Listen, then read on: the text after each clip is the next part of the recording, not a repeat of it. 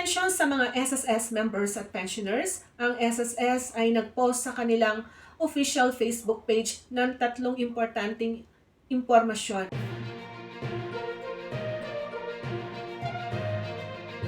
Una po, sa mga SSS members na wala pang My SSS card na gustong kumuha ng My SSS card, gayon din naman po sa mga SSS pensioners na i-post na ang pagkuha ng My SSS card ay free ng January 31, 2026.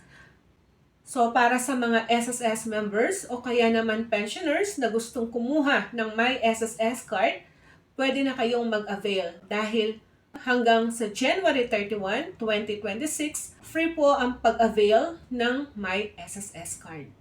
Pangalawa, sa mga SSS retiree pensioners na meron ng edad 80 at 80 pataas na nakatira sa Pilipinas, total disability pensioners, mga pensioners na nakatira o nasa abroad, survivor pensioners ng deceased member o kaya naman pensioners na ang kanilang birth month ay sa buwan ng January, pwede na po kayong mag-comply ng AKOP ngayong buwan ng January.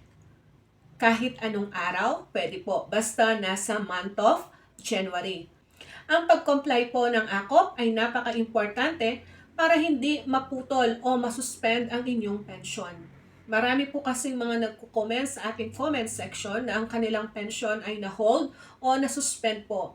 May mga pagkakataon na 3 months po hindi nila natatanggap ang kanilang pensyon. So para tuloy-tuloy po ang inyong pensyon, kailangan pong mag-comply ng AKOP. At ang pangatlong announcement po, ang SSS Batangas branch po ay nag-move ng place. Simula po sa January 12, 2026, ay located na sa 2nd floor SM City, Batangas. Barangay Palocan West, Batangas City.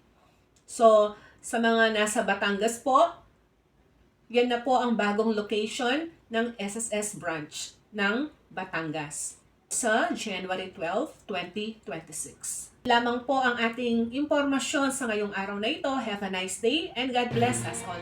Ito po ang inyong lingkod, Pro Information.